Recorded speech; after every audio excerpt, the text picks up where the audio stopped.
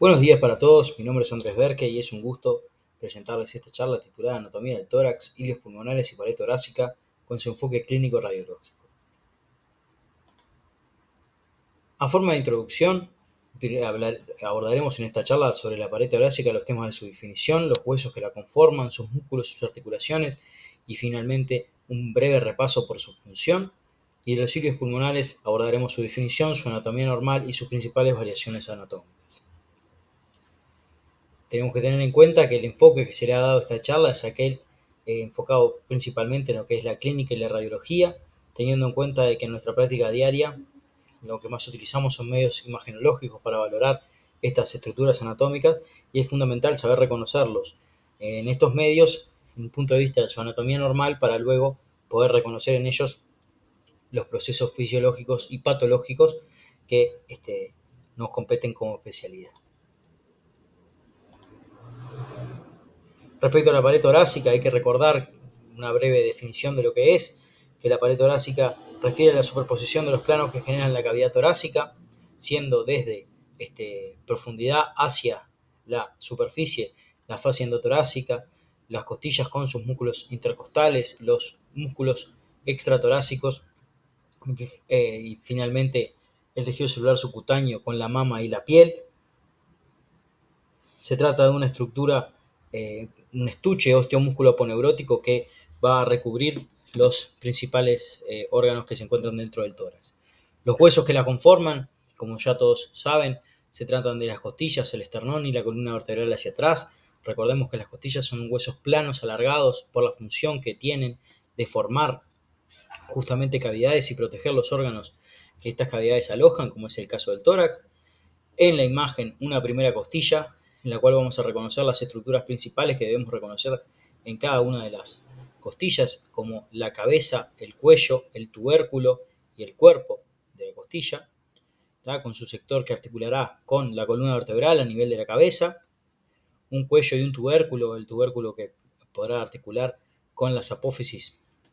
transversas de las vértebras torácicas, y el cuerpo con su sector más distal que va a articular con el esternón en el caso de que sean costillas verdaderas. En la imagen vemos una primera costilla fundamental de un punto de vista anatómico y topográfico, sabiendo que la primera costilla tiene relaciones importantes a nivel de su cuello por su parte medial con lo que es el ganglio estrellado de la cadena torácica, que tendrá implicancias clínicas en los tumores que asienten sobre el vértice pulmonar y aprieten este ganglio, dando parte de un síndrome de Clauber-Horner. Por el borde medial de la primera costilla reconocemos cómo forma el sector más lateral del orificio superior del tórax, región de pasaje que vincula el cuello con el tórax, y por su sector lateral la costilla va a definir y marcar lo que es el triángulo homocostoclavicular, esqueleto de lo que es el pasaje cérvico-tóraco-axilar, donde pasará la arteria subclavia, la vena subclavia y el plexo braquial. Las costillas son en número de 12, sabiendo que existen 7 costillas verdaderas porque su sector más anterior va a articular directamente con el esternón a través de un cartílago costal. Tendrán la misma forma y las estructuras anatómicas que ya hemos destacado, como una cabeza, un cuello, un tubérculo, el cuerpo de las costillas, sabiendo que existen costillas que son anatómicamente distintas entre ellas, como sabemos que es la primera costilla, que ya la hemos mencionado, la segunda costilla y las costillas 11 y 12, que serán las costillas flotantes, por lo tanto en su extremo más anterior son un poco más agudas en su terminación. Cerrando por abajo esta pared torácica se encuentra el diafragma y por delante se encuentra el hueso esternón. El esternón también es un hueso plano que vincula entre ellas a las costillas, cierra el peto externo costocondral por delante y permite solidificar los movimientos de las costillas, fundamental en lo que es la ventilación, permitiendo que con la contracción del diafragma los 3 diámetros antero-posterior, cefalocaudal y lateral del tórax se agranden. La existencia del esternón y la sinergia que provoca con el movimiento de las costillas determina por qué es fundamental mantener la forma de la pared torácica para que su función pueda ser correctamente ejecutada. Respecto a las articulaciones que unen estos huesos entre sí, sabemos que las articulaciones costo vertebrales serán articulaciones de tipo diartrosis tipo planas, tipo artrodias, y que las que vinculan con el esternón serán a través de su cartílago costal. En los estudios imagenológicos, pasando directamente al enfoque de esta charla, respecto al esternón en una placa de frente no lo vemos por una superposición imagenológica, sabemos que está en el sector más anterior del tórax, pero por superposición de imagen entre la columna vertebral, el mediastino, dejan el esternón sin visualizarse. Sin embargo, podemos ver en un estudio de la placa de enfoque lateral cómo se dibuja perfectamente el esternón con su tabla externa y su tabla interna, señalándose en la imagen lo que es el ángulo de Lewis como una de las partes de este esternón. El mejor estudio para evaluar el esternón siempre es la tomografía de tórax, que nos permitirá ver el hueso tanto por su tabla externa como por su tabla interna y analizar las tres partes que conforman este hueso, como ya sabemos el manubrio esternal, articulando con la clavícula y con la primera costilla, la articulación externo-costocondroclavicular. Esta articulación, siendo una diartrosis de tipo silla de montar, es una de las articulaciones verdaderas del complejo articular del hombro y es el amarre del miembro superior a la pared del tórax a través de la clavícula. Por eso debemos de tener en cuenta cada vez que se aborden estructuras de esta región la funcionalidad del miembro superior como otro elemento más a abordar en el momento de abordarlo clínicamente. Continuando con el estudio tomográfico, el cuerpo esternal se nota en su sector más caudal del mismo estudio, viendo cómo los cartílagos costales de una densidad tomográfica menor llegan a articular con él, y como tercer sector el apéndice sifoides, ya en un sector bastante caudal de lo que es la cavidad torácica, correspondiéndose con lo que es el corazón hacia atrás y llegando a articular con él los cartílagos de la séptima costilla, la última costilla verdadera, que son los que se encontrarán al nivel del apéndice sifoides. En una tomografía, en una reconstrucción del punto de vista sagital, podemos ver perfectamente la integridad del hueso con su tabla interna y su tabla externa y las tres porciones que nombramos anteriormente. El esternón, el manubrio esternal, el ángulo de Lewis vinculando el manubrio esternal con el cuerpo esternal y el apéndice sifoides con su forma característica. Respecto a las costillas y cómo podemos identificarlas en un estudio imagenológico, sabemos que las costillas poseen una doble oblicuidad, fundamental también para generarse los movimientos de presión negativa necesarios para la ventilación. En la radiografía de tórax lo que más se nota es su arco posterior, marcándose en la imagen el arco posterior de la primera costilla, de la onceava y de la doceava como las más fáciles de reconocer. Esta doble oblicuidad genera que el arco posterior sea bastante claro en los estudios imagenológicos. Es fundamental en nuestra especialidad utilizar los estudios imagenológicos para guiar el espacio intercostal donde se topografían las posibles patologías, sobre todo por su vía de abordaje. Esto puede ser realizado mediante muchos métodos y es sinceramente al gusto del colega que esté analizando el estudio, cómo realizarlo. Pueden hacerlo topografiando la primera costilla y contando hacia abajo, o desde la doceava u onceava contando hacia arriba. En la tomografía axial es bastante sencillo encontrar este espacio intercostal contando desde los arcos costales que empiezan a aparecer desde la columna hacia adelante para encontrar correctamente la costilla que necesitamos, el espacio intercostal que necesitamos topografiar. Existe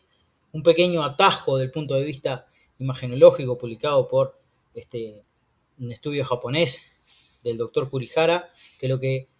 vincula es la existencia del manubrio esternal, topografiándose en lo que es el segundo cartílago costal, llegando a articular con este sector del esternón, y desde ahí, desde hacia atrás, encontraríamos enseguida las costillas 2, 3, 4 y 5. De esta manera sería un pequeño atajo, pudiendo saltarse 3 costillas a la vez y volviendo a contar directamente desde la quinta. Esto de todas maneras puede ser saltado mediante contando las costillas directamente a donde van apareciendo. También es fundamental reconocer lo que es el ángulo costovertebral, sector anatómico conocido como la articulación que forma el cuerpo de la primera costilla con la cabeza el cuerpo de la vértebra torácica, disculpen, con la cabeza de la primera costilla y el tubérculo de la costilla con la apófisis transversa de la columna vertebral. Estas articulaciones son de tipo artrodias. Debemos tener en cuenta que las únicas costillas que articulan solamente con una vértebra son las costillas 1, 2, 11 y 12, con todas las otras costillas de la 3 a la 10 articulando con una parte, con el sector más inferior de una vértebra superior y con el sector más superior de una vértebra inferior. De esta manera, la costilla recibirá el número de la vértebra más superior con la que contacte. ¿Por qué es importante reconocer este ángulo cortovertebral? Porque puede ser asiento de patologías, ¿tá? Y el mejor estudio imagenológico para reconocerlo y analizarlo es siempre la resonancia magnética potenciada en T1. Como podemos ver en la imagen, claramente el disco intervertebral se nota de una forma más oscura y puede ser invadido, como habíamos dicho, por ciertas patologías, como en este caso un tumor del lóbulo superior que está invadiendo el cartílago, que está invadiendo la costilla, está invadiendo parte de lo que es el pedículo costal y se está queriendo introducir en lo que es el canal vertebral. Es fundamental por eso cuando se sospechan este tipo de lesiones, solicitar una resonancia magnética potenciada en T1 para poder realizar la correcta interconsulta con los especialistas correspondientes. Continuando con los planos que nombramos anteriormente, que forman la pared costal o la parrilla costal, tenemos que recordar el espacio intercostal como verdadero sector anatómico, una verdadera región anatómica que es clave en nuestra especialidad, siendo un espacio que es el que habitualmente abordamos de manera quirúrgica. Este espacio intercostal se encuentra formado, como su nombre lo dice, entre las costillas, una costilla superior y una costilla inferior, como vemos en el esquema de la imagen. Tendrá como contenido el paquete intercostal, formado por la arteria y la vena intercostal y el nervio intercostal, y que correrán siempre, como podemos ver en los diferentes cortes sagitales, por el borde inferior de la costilla superior. Lo que nos está mostrando este esquema que de acuerdo a la línea donde nosotros abordemos este espacio intercostal, la cantidad de planos que deberemos atravesar para llegar efectivamente hacia el interior del tórax. Cuando abordamos un espacio intercostal desde su sector más anterior, solamente tendremos que atravesar el músculo intercostal externo para poder introducirnos en el tórax. En el sector medio encontraremos los tres intercostales, el externo, el medio y el interno, y debemos atravesarlos para llegar al tórax. Y en el sector más posterior, solamente el músculo intercostal interno es el que se encontrará presente en este caso. Desde el punto de vista tomográfico, el espacio intercostal también puede ser evaluado con la tomografía axial computada, sabiendo que es aquel sector de partes blandas que se encuentra entre las costillas, donde lo encontraremos, como se nota en la imagen, entre las costillas señaladas en este caso, por dentro siempre de lo que es el serrato anterior, que ya es uno de los músculos extratorácicos, que se insertan por fuera de lo que es la cavidad torácica, pero forman parte de la pared torácica. No podemos observar en lo que es la tomografía axial computada los elementos del paquete nervioso intercostal, del paquete vascular nervioso intercostal. Para hacer eso deberíamos solicitar al menos una angiografía de las arterias intercostales, que puede ser realizada si es necesario evaluar esto. Pasando a lo que son los músculos de la región extratorácica, reconocemos como el músculo más profundo en vinculación al tórax, que se origina en lo que es la cara medial de la escápula y luego se dirige mediante sus digitaciones hacia las costillas, es el serrato anterior, músculo fundamental también en lo que es la articulación del tórax. En el mismo plano que el serrato anterior, pero en su sector más anterior, vamos a encontrar el pectoral menor, y por fuera de este pectoral menor encontraremos al pectoral mayor, siempre hablando de lo que es la región anterolateral del tórax. En la región posterior del tórax, vinculado a la columna vertebral, vamos a encontrar los músculos paraespinales, el músculo trapecio y el músculo romboides en sus sectores más posteriores, formando una especie de triángulo siendo los dos vértices inferiores el paraespinal y el romboides y el trapecio como un sector superior. El músculo dorsal ancho también es un músculo que debemos reconocer, que se originará en la columna vertebral, pasará por lo que es la punta de la escápula y luego irá a insertarse al húmero y por su pasaje entonces aborda el tórax, como que lo abraza por el costado, y lo encontraremos en la imagen como el músculo más superficial a la altura de lo que es el pectoral mayor, pero en su sector posterolateral. Siguiendo con lo que es el análisis anatómico de la pared torácica, debemos recordar el orificio superior del tórax y el opérculo torácico como sectores importantes de la pared por la patología que determinan, sabiendo que el orificio superior del tórax es aquel sector anatómico, aquel lugar topográfico formado hacia atrás por la columna vertebral, la primera vértebra torácica T1, hacia lateral por la primera costilla, hacia anterior por la articulación externo-costocondroclavicular y el manubrio esternal. Esta forma clásica de corazón de naipes, descrita en todos los libros de esta manera, es la que forma entonces el orificio superior del tórax. Hacia lateral del orificio superior del tórax y compartiendo la primera costilla como fundamental hueso topográfico, como nombramos al principio de esta charla, vamos a encontrar lo que es el orificio homocostoclavicular. El orificio homocostoclavicular formado entonces por el omóplato hacia atrás, la costilla hacia adentro y la clavícula hacia adelante. Por este triángulo pasarán entonces los elementos del paquete vascular nervioso subclavio, la arteria subclavia, la vena subclavia y el plexo braquial. Uno de los mejores estudios que nos permite una mayor definición para evaluar justamente este sector es la resonancia magnética, también potenciada en T1, donde podemos lograr visualizar en una escala de grises más claro lo que es la presencia del paquete vascular nervioso subclavio, en este caso los tres haces que forman el plexo braquial. En un corte sagital encontraremos la clavícula, la arteria axilar y el plexo braquial formado por sus troncos secundarios, el lateral, el posterior y el medial alrededor de la arteria nombrada previamente. En una tomografía lo que podemos llegar a encontrar son los músculos escalenos que se encontrarán en este lugar y que permitirán entre ellos el pasaje de lo que es las estructuras antedichas, la arteria y la vena subclavia. Brevemente repasando lo que es la función de la pared torácica, sabemos que por la doble oblicuidad de las costillas y su solidificación con lo que es el esternón, la contracción del diafragma permite lo que es el aumento de los diámetros, de los tres diámetros del tórax, el anteroposterior, el cefalocaudal y el lateral,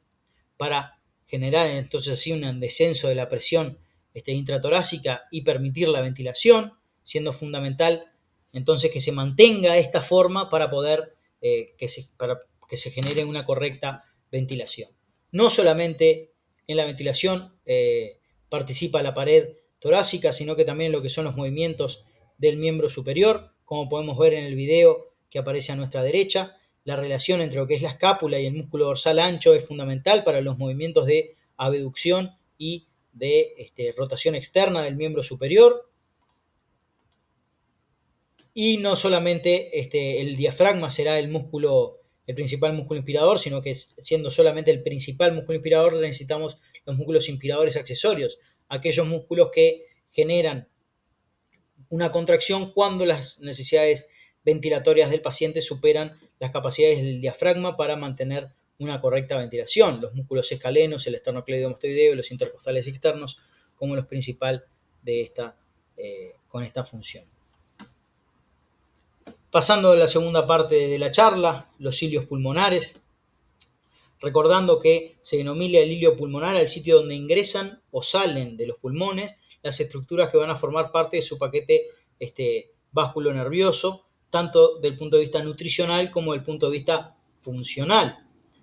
En la imagen lo que encontramos es un esquema de los libros de anatomía clásico de un corte sagital esquemático que pasaría por el pedículo pulmonar derecho o hilio pulmonar derecho y uno que pasaría por el hilio o pedículo pulmonar izquierdo. Tenemos que reconocer y tenemos que tener en cuenta que no existe un límite anatómico preciso de lo que son los cilios pulmonares, sino que hilio pulmonar se denomina, viene más que nada de lo que es la relación de las estructuras entre sí. Los libros anatómicos clásicos lo que denominan en el ilio pulmonar derecho son la existencia de 3 pisos, un piso superior formado por lo que es el bronquio y la arteria nutricia, la arteria brónquica de este sector, un piso anterior formado por la arteria, en este caso la arteria pulmonar derecha y el tronco anterior, que ya se estará dividiendo, un ganglio linfático que siempre se encuentra entre la arteria y la vena pulmonar superior, y un piso inferior formado solamente por la vena pulmonar inferior. En ambos pedículos pulmonares sucede lo mismo, que la pleura mediastinal se condensa hacia abajo y se juntan sus dos hojas formando lo que es el ligamento pulmonar inferior o el ligamento triangular del pulmón. En el sector izquierdo, en el ilio pulmonar izquierdo, también reconocemos 3 pisos, pero estos pisos están distribuidos de una forma diferente a lo que es el ilio pulmonar derecho. El ilio pulmonar izquierdo se divide en un piso posterior formado por el bronquio y la arteria brónquica, un piso anterior formado nuevamente por la arteria, el ganglio y la vena pulmonar superior, izquierda en este caso, y un piso inferior formado por la vena pulmonar inferior del lado izquierdo. En un esquema un poco más ameno vamos a reconocer exactamente las mismas estructuras que nombramos anteriormente, las estructuras del ilio pulmonar derecho, entonces con su sector más posterior los bronquios, un sector más anterior las arterias y un sector más inferior las venas. El ilio pulmonar izquierdo de la misma forma, con la diferencia que la arteria pulmonar izquierda, a diferencia de la derecha que se encuentra en este sector, siempre se encontrará por arriba del bronquio, ¿tá? Siendo siempre el bronquio, respetando esto en los dos ilios, el bronquio como la estructura más posterior, las venas entonces en su sector más anterior. En un corte cadavérico, en un estudio anatómico cadavérico, podemos observar un ilio pulmonar derecho, en el sector más posterior entonces el bronquio, las arterias en el sector más anterior, la pulmonar derecha ya dando el tronco anterior, la arteria mediastínica, y las venas pulmonares superior derecha, inferior derecha. En el ilio del pulmón izquierdo podemos observar claramente el culmen, el segmento S6 del pulmón izquierdo, el bronquio, la arteria y ambas venas pulmonares, la clara diferencia que existe entre la forma de un ilio pulmonar derecho y la forma de un ilio pulmonar izquierdo. Pasando a cada una de las estructuras que forman este ilio para poder reconocerlas, vamos a estudiar mediante métodos de imagen cada una de estas estructuras, reconociendo que estas serán las estructuras más variables probablemente de lo que es la economía. El árbol broncovascular pulmonar, principalmente por su sector vascular, será bastante variable, como podemos ya observar en las imágenes que se muestran en la diapositiva. Encontramos un estudio, una reconstrucción del árbol venoso de una cavidad torácica, representando la aurícula izquierda y la llegada de una vena pulmonar superior derecha y una vena pulmonar inferior derecha a esta aurícula, y una vena pulmonar superior izquierda y una vena pulmonar inferior izquierda también llegando a la aurícula, siendo la configuración clásica de las venas pulmonares, con 2 venas pulmonares de cada lado para cada uno de los pulmones. Puede existir, como podemos ver en la angiografía de la derecha, una variación, que es una de las variaciones más frecuentes, donde 3 troncos venosos del lado derecho llegan a la aurícula izquierda, la vena pulmonar superior derecha, la vena del lóbulo medio derecha y la vena pulmonar inferior del lado derecho. Al lado izquierdo se mantiene la anatomía relativamente normal. La idea es tomar conciencia de lo realmente variable que es estas estructuras a la hora de tener que hacer maniobras quirúrgicas invasivas sobre estas estructuras, como por ejemplo durante una lobectomía. ¿Cómo se pueden analizar estas estructuras nombradas que forman el ilio pulmonar en una tomografía computada? Mediante cortes sucesivos que van desde cefálico a caudal podemos observar, por ejemplo, la existencia de lo que es la división de la arteria pulmonar derecha. La arteria pulmonar derecha, las primeras ramas que dará, una vez que se reconocen los 3 vasos supraórticos, encontraremos las arterias para los segmentos anterior y ápico posterior del pulmón derecho, sector, la arteria segmentaria anterior y la arteria segmentaria apical, entonces, de esta manera. La arteria pulmonar derecha continuará su camino dando el tronco anterior, siendo esta señalada con la flecha negra, y una arteria que irá hacia el lóbulo superior derecho señalada con la estrella, siguiendo hacia caudal entonces la existencia de hacia atrás, esta arteria se continúa como arteria intermediaria y por su cara posterior dará las arterias para el segmento apical del lóbulo inferior derecho. Continuará entonces como tronco anterior y dará las arterias por su cara anterior, en este caso para el lóbulo medio, a la altura de la llegada de la vena pulmonar superior derecha, y continuará como arteria interlobar y terminará dando, la arteria interlobar se terminará dividiendo en las 4 ramas principales para las arterias segmentarias basales. Debemos tener en cuenta de que a la altura aproximadamente del nacimiento de la arteria del segmento 6 puede existir la arteria recurrencial posterior, dándose a vascularizar lo que es el segmento posterior del lóbulo superior derecho. También sabemos que en el sector más inferior lo que encontraremos una vez que se agoten las arterias de los segmentos más basales, la llegada de la vena pulmonar inferior derecha. Por su contraparte izquierda, la arteria pulmonar izquierda tendrá la diferencia de que su división en ramas terminales será siempre a través de lo que son ramos colaterales, que van a nacer directamente desde el lomo de la arteria pulmonar izquierda, lo cual es fundamental a la hora de tener en cuenta de que estas arterias deben ser abordadas de un punto de vista quirúrgico, ya que la lesión del sector más inferior de una arteria culmenar, por ejemplo, determina una lesión del lomo de la arteria pulmonar y debe ser abordado y salvado como tal. En el sector más entonces superior encontraremos como la arteria pulmonar izquierda estará dando las primeras ramas culmenares, las cuales son muy variables, variando entre 2 y 7, siendo lo más habitual desde el punto de vista numérico, 3 arterias. En este caso observamos 2 en lo que es el sector más lateral de la arteria. Luego la arteria pulmonar izquierda lo que dará